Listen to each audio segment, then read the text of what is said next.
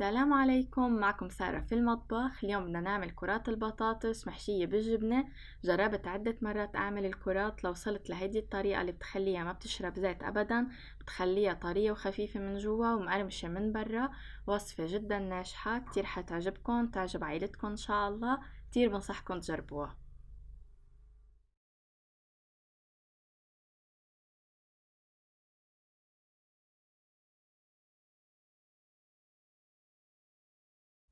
اول شي بنبدأ بسلق البطاطا. عندي هون 3 حبات بطاطا حجمهم صغير نوعا ما، وزنهم تقريبا بيطلع قريب ال 500 جرام او نصف كيلو جرام.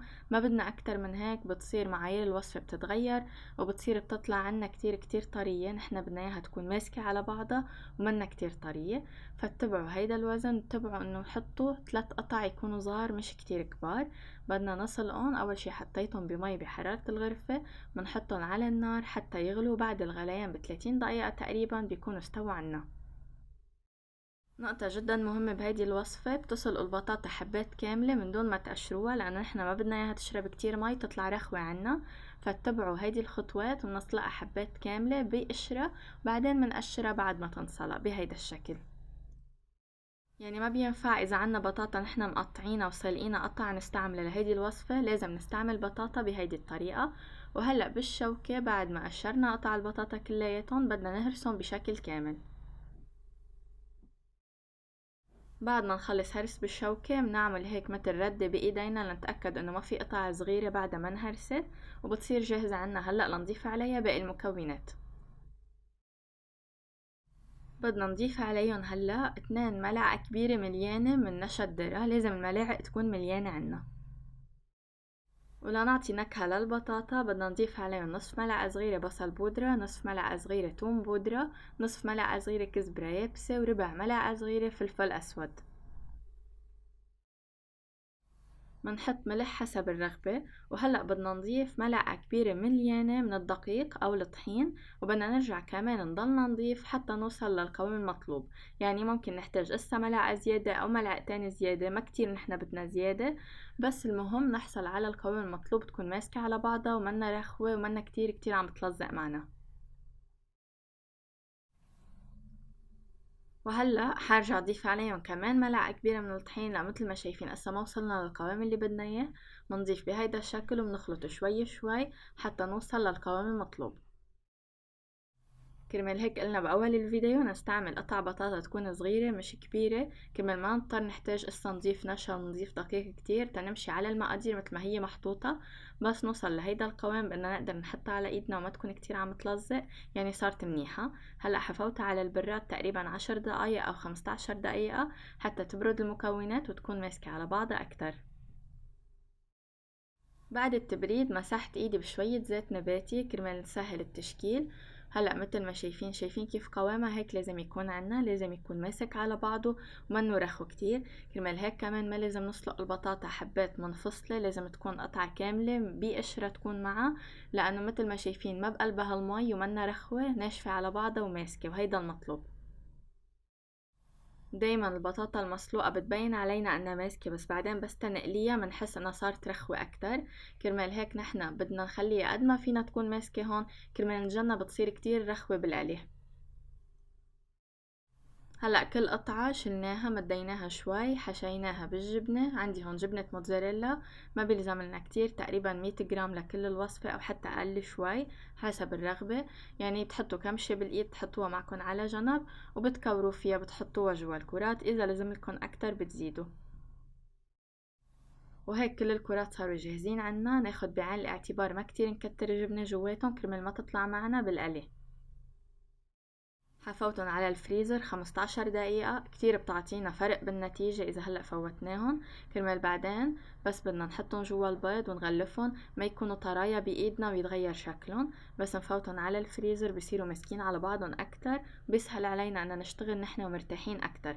هيدي الخطوات صحيح بسيطة بس كتير بتفرق معنا وبتعطينا نتيجة أفضل. وهيك بعد التبريد بالفريزر مثل ما شايفين هلأ القطعة ماسكة على بعضها، بس نفوتها ونغلفها ونحط عليها المكونات ما حتكون هيك رخوة بين ايدينا والمكونات ما تقعد دغري عليها، هيك باردة كتير بيسهل علينا الشغل. وهلأ سر تغليفة كرات البطاطس هيدا أهم جزء. فعلا كتير فرق تغليفة عن تغليفة تانية، وبس عملت الكورن فليكس أبدا ما شربت زيت، عطت نكهة رائعة، عطت قرمشة من برا. فعلا فرق القوام كلياته، فرقت النكهة كلياتها مع الكورن فليكس. عندي هون 3 أكواب من الكورن فليكس، بدنا نطحنهم طحن ناعم بس مش كتير ناعم بهيدا الشكل، وما بدنا اياه يكون طحن خشن كرمال ما دغري توقع الحبات، بس بدنا نقلي بالزيت. إضافة الكورن فليكس على التغليفة حيخلي الكل يسألكن شو هيدا اللي مغلف الكرات من برا. كتير بتعطيها نكهة لذيذة وقرمشة هيك بتتم كتير حلوة مع الكرات اللي هي خفيفة وطرية من جوا، يعني بيعطي مزيج جدا رائع بين النكهتين. هلأ بصحن نكسر بيضة ونخفقها، ونضيف عليها نقط من الخل الأبيض كرمال تشلنا أي ريحة من البيض. منغلف الكرة بالكامل بالبيض، ونرجع منزلها بالكورن فليكس ونغلفها بشكل منيح. دغري منشتغل كل قطعة بقطعتها كرمال تغليفة البيض تكون دغري موجودة على الكرة وموزعة بشكل منيح، ودغري مننزلها بالكورن فليكس. بدنا اياها هيك تكون مغلفة بهيدا الشكل، وما يكون في أجزاء ما تكون مغلفة منيح. شايفين الطحن الناعم للكورن فليكس؟ هيك بدنا اياه، لأنه إذا قطع أكبر بيصيروا بيطلعوا يمين وشمال وما بيخلونا مرتاحين لا بالشغل ولا بالقلي. وهلأ بدنا نفوتن على الفريزر ساعة كاملة. هيدي خطوة أساسية بالوصفة ولازم نعملها، لأن إذا هلأ دغري نزلناهم بالزيت الجبنة إسا منا مجمدة ممكن تطلع لبرا. كمان الكورن فليكس إسا ما كتير ملزق منيح على الكرات، والكرات منا جامدة على بعضها، ممكن يصير كتير ينزل بالزيت. وكمان قوام الكرات كلياته بيتغير بس تكون مفرزة وننزلها بالزيت هي مفرزة وباردة. فلازم نفوتها على الفريزر وتكون هيك الكرات تجمد شوي على بعضها وتصير قاسية أكتر، ونحس التغليفة كمان معلقة أكتر عليهم. ساعتها فينا ننزلهم بالزيت وحتشوفوا النتيجة كمان قديش بتطلع حلوة بس يكونوا مجمدين. وهلأ بعد ساعة كاملة من التفريز صاروا جاهزين عنا. مثل ما شايفين القطع ماسكة على بعضها، يعني دغري بتمسكوها بتحطوها بالزيت ما بتحسوها رخوة بين ايديكم. هيدي النقطة كتير مهمة وكتير بتعطينا نتيجة منيحة. هلا منحمي الزيت منيح، لازم الزيت يكون حامي كتير تنزل فيه الكرات ودغري يكمشوا على بعضهم. مننزل الكرات ما مننزلهم كلهم دفعة واحدة، مننزل شوي شوي. وكمان اذا بدكم فيكم تجربوا بوحدة وبعدين تكملوا بالباقيين. ودغري اول ما تنزلوا دغري اول قطعة حيبين عليكم الحماوة وحيبين عليكم كيف مسكت على بعضها.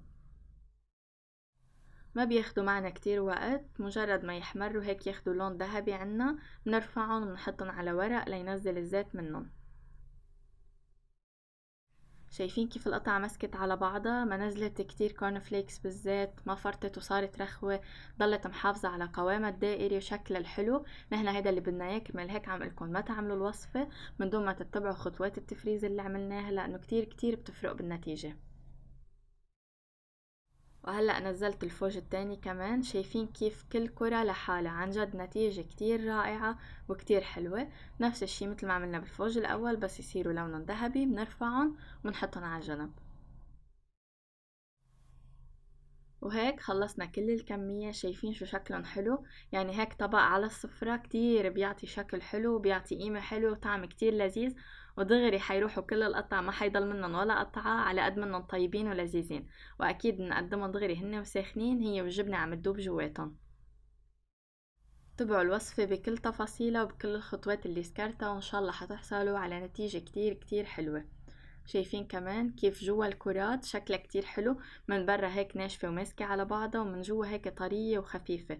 وهذا اللي احنا بدنا اياه، بدنا هيك كرات لذيذة طرية وخفيفة من جوا وعندها القرمشة الحلوة من برا.